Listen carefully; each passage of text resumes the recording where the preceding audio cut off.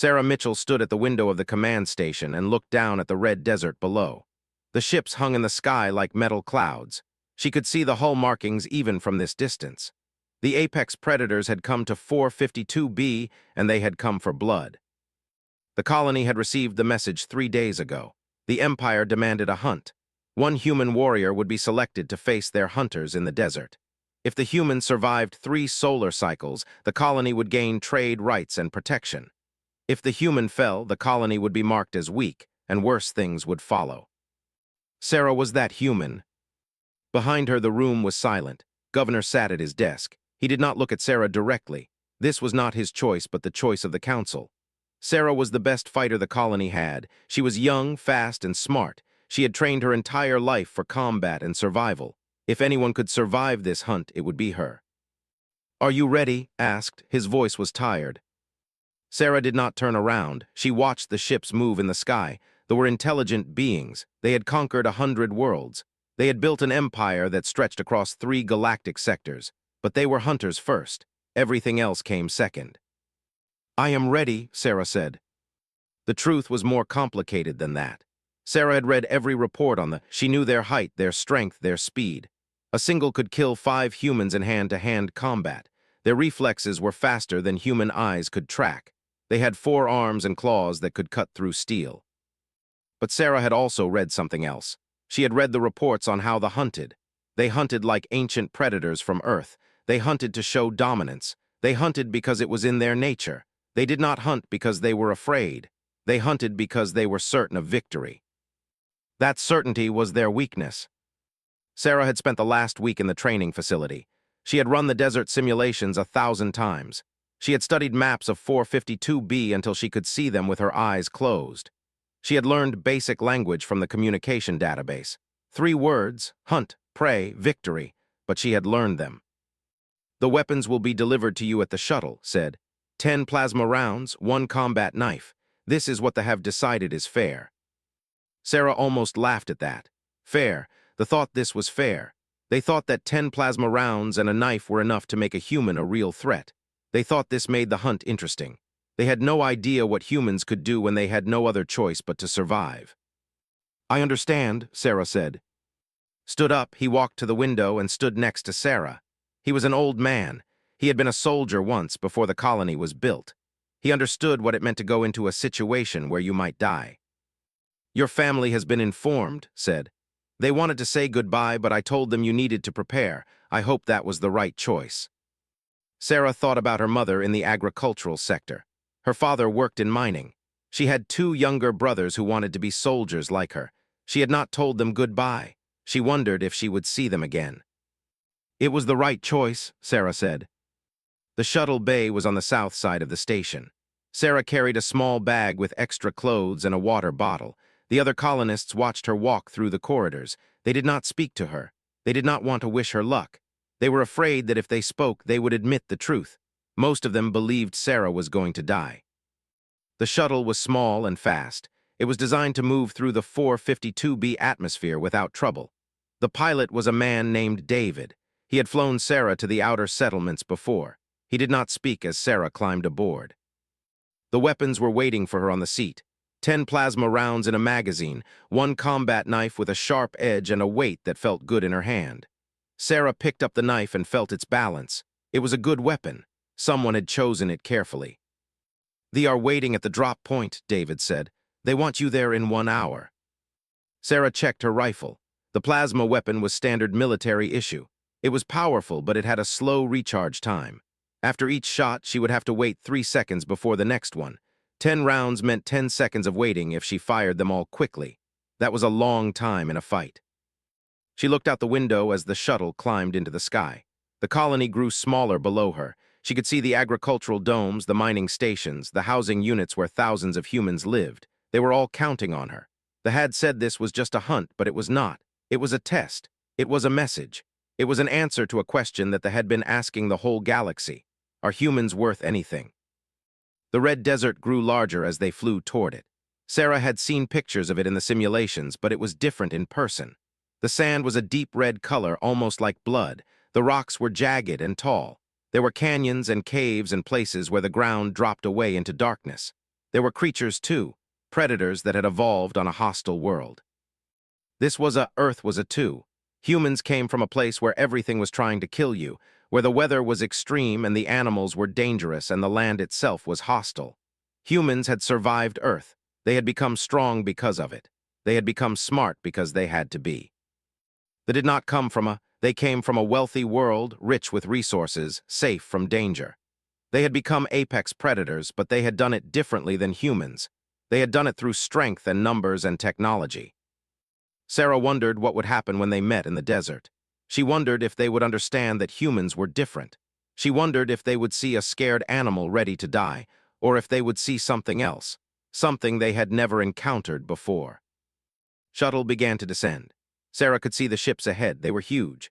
The shuttle took Sarah high into the red sky. The desert below became smaller and smaller. The four hunters stood in the cargo hold with her. They did not speak. They did not need to. Their presence was enough. Each one was 8 feet tall. Their skin was a deep purple color. Their forearms moved with perfect control. When they looked at Sarah, it was like being examined by something that had already decided you were not dangerous.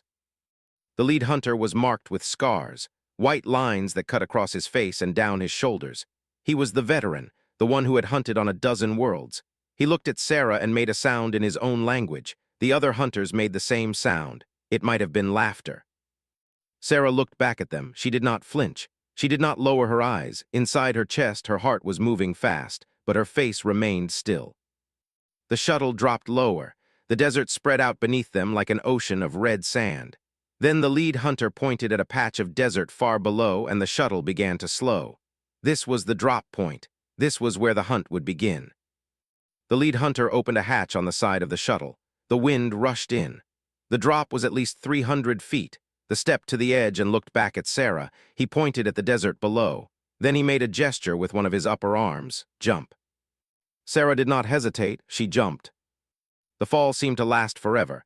The red sand grew larger and larger. The wind screamed in her ears. Sarah held the rifle tight against her body. She kept the knife in its sheath. She had trained for this. The simulation drops had been from 200 feet. This was higher, but the principle was the same. Roll when you land. Protect your bones. Stay conscious. She hit the ground hard. The impact knocked the breath out of her lungs. She let the momentum carry her forward and rolled to the side. The sand was hot and it burned her skin where it was exposed. She came up on one knee, rifle ready, looking around. They were already on the ground. They had not jumped. They had descended using some kind of flying technology built into their armor. They landed without a sound and without any effort. The lead hunter walked toward Sarah. His forearms moved as he walked. He was breathing. Sarah could see his chest rising and falling. He was already anticipating the hunt, already tasting the victory. He made a sound, a series of clicks and low roars that made Sarah's teeth ache. But before she could answer, the four turned as one and walked away. They walked toward a ridge of rock formations about a mile away. Sarah understood. The hunt had begun. They were giving her a head start. They were giving her time to run and hide. This was part of the ritual, the believed in the tradition of the hunt. Give the prey a chance, make it interesting. But Sarah did not run. Instead, she watched them leave. She studied their movements. She watched how they moved together, how they communicated without speaking, how they scanned the landscape. When they were out of sight, Sarah turned and walked in the opposite direction. She had studied the maps of this sector. There were ancient ruins about 5 miles to the south, structures that had been built by an alien civilization millions of years ago. The civilization was long gone, but the ruins remained. Stone buildings carved into the rock, underground passages, natural caves that connected to deeper caverns. The sun of 452b was hot. The temperature was already above 120 degrees. Sarah had a water bottle with maybe 2 liters. It would not be enough if she ran in the open. But if she could reach the ruins, she could survive. There had to be water somewhere in that place. She moved fast across the desert, but not in a panic, not like prey running from a predator. She moved like a hunter who knew the land. She moved with purpose. The rifle was ready in her hands. The knife was at her hip. As she walked, she thought about what she had learned about hunters. They hunted in packs. They used advanced technology to track their prey, thermal imaging, movement sensors, radio communication between the pack members, but there was something else, something that gave Sarah an advantage. They hunted for the trophy of the kill. They hunted to prove their dominance. They did not hunt because they were afraid. They did not hunt because their lives depended on it. This made them predictable. They hunted in ways that were designed to show off their strength and skill. Sarah had to hunt differently. She had to hunt to survive. She had to hunt like something that had no choice but to win. The ruins appeared on the horizon at sunset. Great stone structures rose from the desert, covered in sand and weathered by time. Some buildings were still intact. Others had collapsed into rubble. The entire area was spread across maybe a half-mile of desert, built into a natural depression in the land. Sarah approached carefully. She checked for any signs of they had not come this way yet. They were probably searching the desert in a different direction, following whatever tracking system they were using. Sarah entered the ruins. The temperature dropped immediately. The stone walls blocked out the intense heat. She moved deeper, exploring. There were doors and passages, stairs that led both up and down. She found a chamber with symbols carved into the walls, art or language. She did not know which. Then she found water, a pool of it deep and dark, fed by an underground spring. The water was cool and pure. Sarah drank carefully, not too much at first. Then she filled her bottle. She had found shelter, she had found water, now she had to wait. Sarah moved to a high position in the ruins, a place where she could see the desert but also had cover. She loaded the rifle. She checked the ammunition. 10 rounds. This was all she had to use them carefully. As the sun set, the red desert turned orange and then purple and then black. The stars came out, more stars than Sarah had ever seen.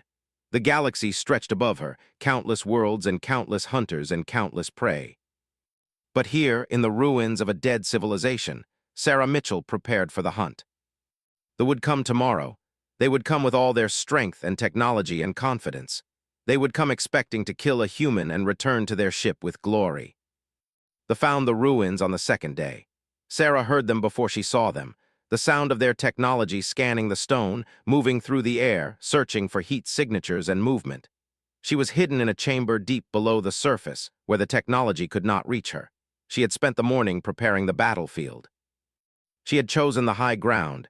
She had studied the passages and the rooms. She had created places where she could move quickly and others where an attacker would be forced to move slowly. She had set traps using rocks and loose stone. Simple things, but effective things. When they entered the ruins, Sarah was ready. She watched them from above. The lead hunter, the one with the scars, was in front. 2 others were beside him. The 4th was moving through a different passage. They were using some kind of communication device because they moved as if they could see through walls. Sarah fired the first shot. The plasma round flew across the chamber and struck the second hunter in the upper shoulder. The wound was not deep, but it was enough to draw blood. Blue blood like nothing Sarah had ever seen. They roared. The sound echoed through the ancient ruins and came back to her like a physical force. The lead hunter looked up. He looked directly at the place where Sarah was hiding. He had heard the shot. He had seen the path of the plasma round. Now he knew where she was. But Sarah was already moving. She had fired and then moved immediately. The caves were familiar to her now. She knew where every passage led. She knew which way to run. They charged after her. Their massive bodies filled the corridors. Their claws scraped against the stone walls. The temperature in the ruins seemed to rise as they hunted her through the darkness.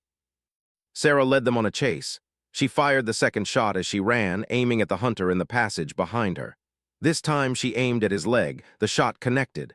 The hunter fell to one knee, but he was not stopped. He kept coming. They hunted her for hours, through chambers and down staircases, through passages so tight that they had to move sideways. Sarah used every advantage the ruins offered. She was smaller and faster. She could move through spaces that the hunters could not follow. But she was also learning something important. They were not just strong and fast. They were intelligent. They were coordinating. Even though they could not see her, they were driving her into a corner, trapping her, limiting her options. By the afternoon, Sarah found herself in a dead end. A chamber with only one entrance. They were coming toward her. She could hear them. They were closing in. This was the moment. This was where she would either survive or die. Sarah stepped out of the chamber and faced them. The lead hunter was in front. His scar-marked face twisted into something that might have been a smile. Behind him came the other hunters. There were still 4 of them. Only one was limping from the leg wound. She had done damage, but not enough. "I am here," Sarah said in broken. Her words were simple: hunt, pray, no more. The lead hunter made a sound. A click and a roar combination. The other hunters laughed. Sarah could tell that they were laughing. They thought she was giving up. They thought she was surrendering. She was not. Sarah held the rifle up. She had 6 rounds left. She held the knife in her other hand. She looked at the 4 massive aliens standing before her, and she did not back away. The lead hunter moved first. He charged at her, all 4 arms extended, claws ready to tear her apart. Sarah fired. The 3rd plasma round hit him in the chest. For a moment he staggered. For a moment he looked surprised, but were tough. The wound was serious, but it was not fatal. He kept coming. Sarah dove to the side. She rolled across the stone floor and came up behind him. She struck with the knife, aiming for the large muscle in his lower back. The blade sank in deep. The screamed, a sound of pain and rage that seemed to shake the ancient stones around her. He twisted around to face her, but Sarah was already moving again. She fired the 4th shot, this time at the 3rd hunter, shoulder, leg, anywhere that would hurt. The ruins became a storm of violence. They were stronger, but Sarah was faster. She was more intelligent about how she used space. She was willing to fight in ways that the hunters had never imagined. She did not try to match their strength. She used their strength against them. She used the terrain. She used her knowledge of the human body and applied it to learning about the body. When one of the hunters cornered her in a narrow passage, she did not run backward. She ran toward him. She ran under his arms and used the knife and the rifle like extensions of her body. She made him choose between hitting the ceiling and hitting her, and she used that moment of hesitation to wound him again. By sunset, all 4 were bleeding. The lead hunter had wounds on his chest, his back, his leg, and his arm. The others were limping. They were still alive. They were still dangerous. But they were no longer hunting with perfect confidence. The 4th hunter, the one who had been relatively untouched until now, retreated. He, the 3rd day, came with a new strategy from the... They did not enter the ruins again. Instead, they surrounded the area. Sarah could hear them moving in the desert outside. They had decided to wait her out. They had decided to cut off her access to water and supplies. They believed that humans were weak. They believed that time was their ally. Sarah had different thoughts about time. She spent the morning making something. In the ancient chambers of the ruins, she found clay that the old civilization had used for their art and their sculptures. She mixed it with sand and water and created shapes.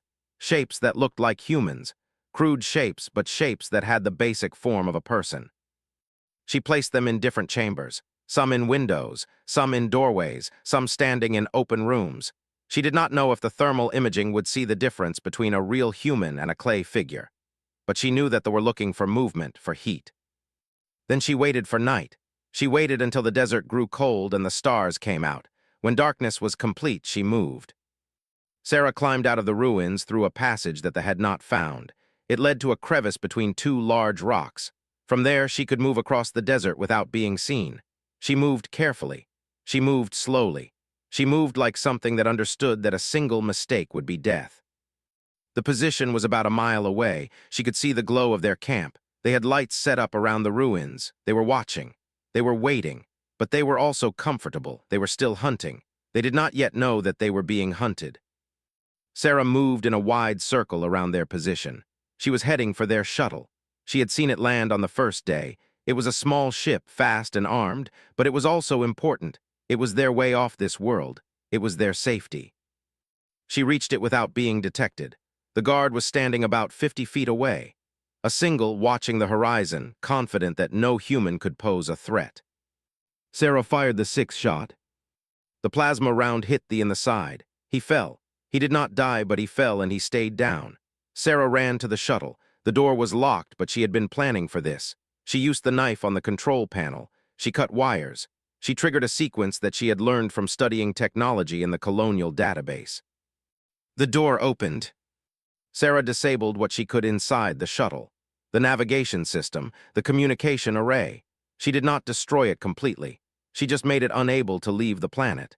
Then she took what she found in the weapons locker and moved back into the darkness. By the time they realized what had happened, Sarah was already gone.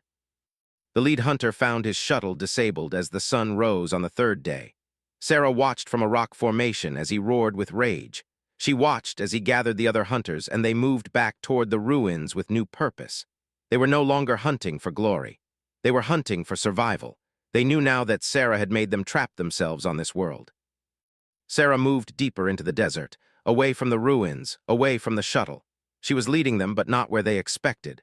She was taking them into terrain that was even more hostile, canyons where the walls were sheer, ravines where the ground could give way without warning, badlands where a single mistake would mean falling and never stopping. They tracked her with their technology. They used their strength to climb the rocks that would have been impossible for a human. But they also grew tired, were built for short, intense fights. They were not built for a 3-day hunt across a hostile world. On the 3rd day of the hunt, Sarah made her stand. She had found a canyon with walls that rose 500 feet on both sides.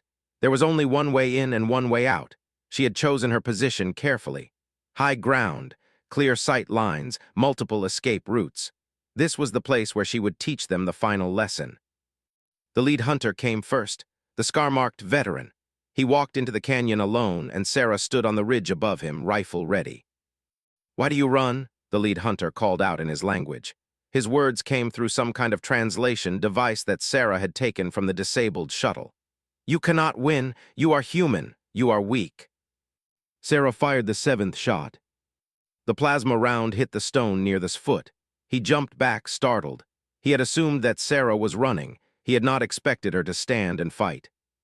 "I am from Earth," Sarah called down to him. Her words were simple, but they were clear.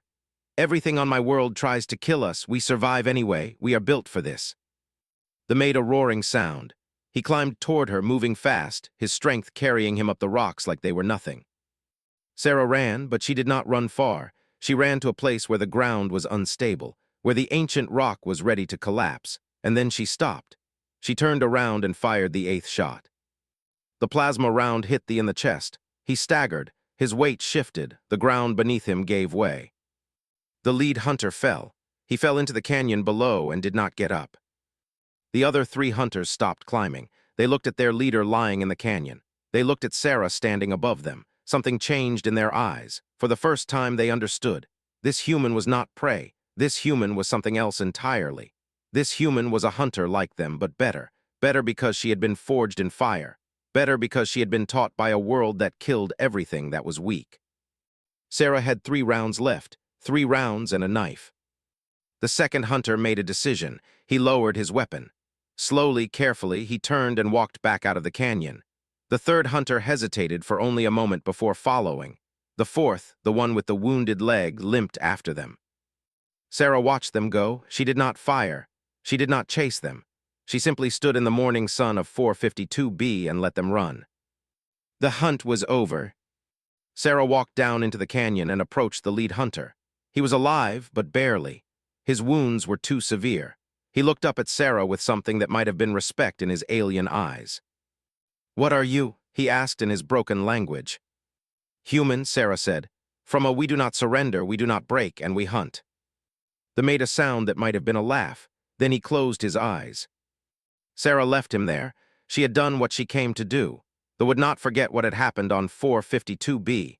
They would tell other species about the human who hunted them. They would tell stories about the warrior who stood against their strongest and did not yield. Sarah Mitchell walked across the red desert toward the colony. She had 2 rounds left and a knife. Sarah walked out of the desert 3 days later.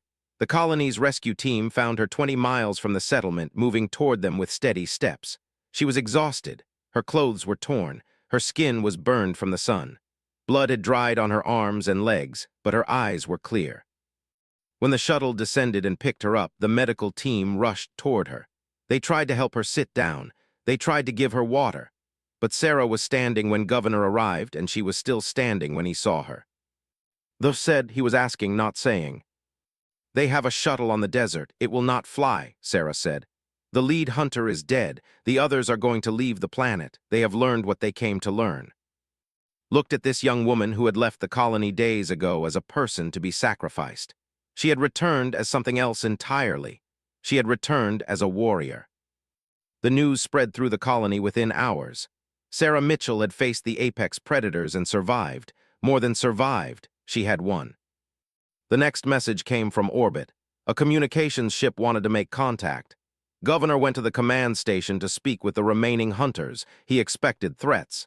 He expected anger. He expected demands for compensation. Instead, he received a message of respect. The who spoke was the second hunter, the one with the deep shoulder wound. His name was difficult to pronounce in human language, but tried. The hunter explained that the hunt had been successful, not in the way that they had expected, but successful. They had learned that humans were worthy of respect. They had learned that a world that created beings like Sarah Mitchell was a world that should not be underestimated. The spoke of the lead hunter. He spoke of him with sadness, but also with honor. In culture, to be hunted and defeated by a worthy opponent was not shameful. It was the ultimate form of respect. The lead hunter had died as a warrior. He had died facing someone who was, in every way that mattered, his equal. They would be leaving 452B, but they would not be leaving in shame. They would be leaving as witnesses to something extraordinary. They would carry the story of Sarah Mitchell throughout the galaxy. They would tell other species about the humans who came from about the humans who could not be broken. In exchange for this information and for humanity's display of warrior spirit, they offered a trade agreement. More than that, they offered alliance. They offered the protection of their military force against any threat that the human colonies might face.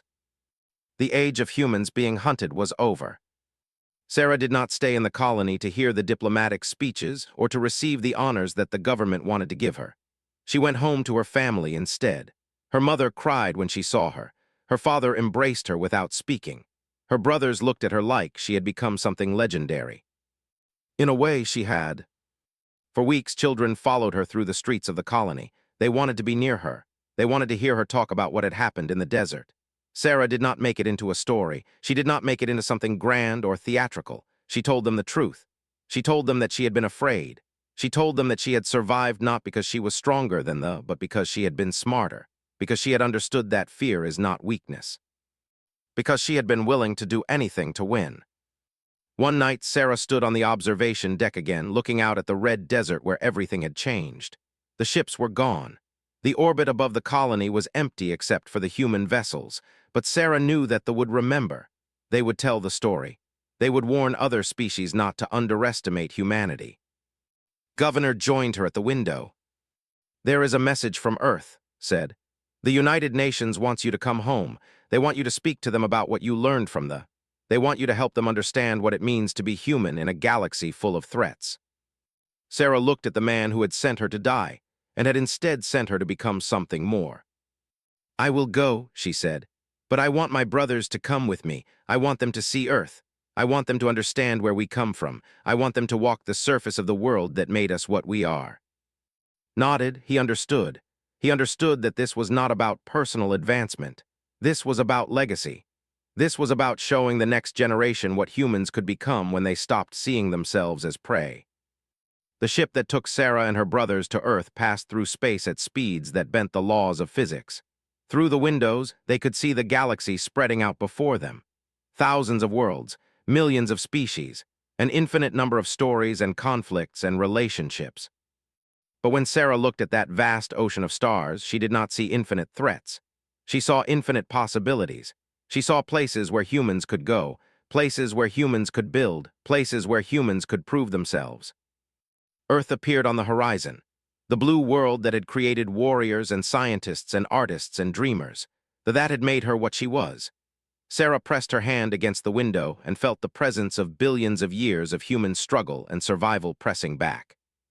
In the United Nations building, representatives from 100 different human nations gathered to hear Sarah speak. They listened as she told them about They listened as she explained that the galaxy was not a place of unlimited threat. It was a place of challenge. It was a place where humans, with all their strengths and weaknesses, had a role to play. "We are not the strongest species," Sarah told them. "We will never be the strongest species, but we are resilient. We are adaptable. We come from a world that taught us that survival is not about being the biggest or the fastest. It is about being willing to do what others will not do. It is about refusing to surrender even when defeat seems inevitable." The representatives listened. Some of them took notes, some of them looked troubled, some of them looked inspired. In the years that followed, Sarah Mitchell became one of the most important figures in human space exploration. She helped establish new colonies. She helped negotiate with alien species. She taught military academies about the philosophy of survival. But most importantly, she reminded humanity of something that had always been true. Humans came from humans were hunters. Humans were warriors. and in a galaxy full of challenges that made humans irreplaceable. On the deck of a new colony ship that would carry 10,000 humans to the edge of explored space, Sarah looked out at the stars again. She thought about the desert of 452b. She thought about 10 plasma rounds and a knife. She thought about what she had learned about herself and about her species. Apex predators had left her with 10 rounds and a knife. They had expected her to be prey. They never saw her strike back. But the galaxy would never forget what happened when they did. The story of Sarah Mitchell became legend. In colonies across 100 worlds, human children grew up knowing that one person, armed with simple weapons and an unbreakable will, had changed the course of human history. They grew up knowing that humans were not weak. They grew up knowing that humans came from and that had made them unstoppable. And in the hearts of alien species across the galaxy, there was now a healthy respect for the creatures from Earth. There was an understanding that humans were not prey. There was a knowledge that humans would fight for their families, their homes, their futures. There was recognition that humanity had earned its place among the stars. Sarah smiled as the colony ship jumped to hyperspace and left the familiar stars behind. There were 10,000 humans on this ship heading into the unknown. In the years to come, there would be 10 million, then a billion, spreading across the galaxy like they had spread across Earth all those millions of years ago. The apex predators who had hunted her on 452b had no idea what they had started. They had expected a quick hunt and an easy victory. Instead, they had awakened something in humanity. They had shown humanity that it was not alone in the galaxy. And more importantly, they had shown humanity that it could survive and thrive in that galaxy. The age of human prey was over. The age of humanity was just beginning. That was enough. Pulled the others back deeper into the ruins. It was not a complete retreat, but it was a pause. It was a moment where the hunters were forced to accept that this was not the quick, clean victory they had expected. Sarah stood in the center of a chamber, breathing hard, bleeding from several cuts on her arms and legs, and something inside her chest had changed. She had faced the apex predators. She had struck them. She had made them bleed. She had used 5 rounds. 5 remained. 5 rounds and a knife. That night, Sarah found the underground water again and cleaned her wounds. She ate the protein bars from her pack. She slept with the rifle in her hands. Tomorrow the hunt would continue, but now they knew the truth. Humans did not go quietly. Humans did not die easy. Humans were something dangerous. Sarah thought about her family again. She thought about the colony. She thought about all the humans in all the worlds who had ever been treated as prey. Tomorrow, she would show them all what it meant to hunt something from a... Sarah sat in the darkness and cleaned her knife. She thought about her family. She thought about the colony. She thought about the children who wanted to be soldiers. Tomorrow, she would teach them that humans were not prey. Tomorrow, the hunt would change. Hunting party was waiting on the ground. She could see 4 massive shapes standing in the sand. Even from this distance, they looked terrible. Tall and powerful and beautiful in the way that weapons are beautiful. Sarah picked up the rifle and the knife. She checked the water bottle one more time. She took a breath. The shuttle landed. The door opened. The heat of 452b hit her like a wall. The sand was under her feet. They were waiting. And Sarah Mitchell walked toward them carrying a knife and 10 rounds, ready to show them what it meant to hunt a human. The hunt was beginning.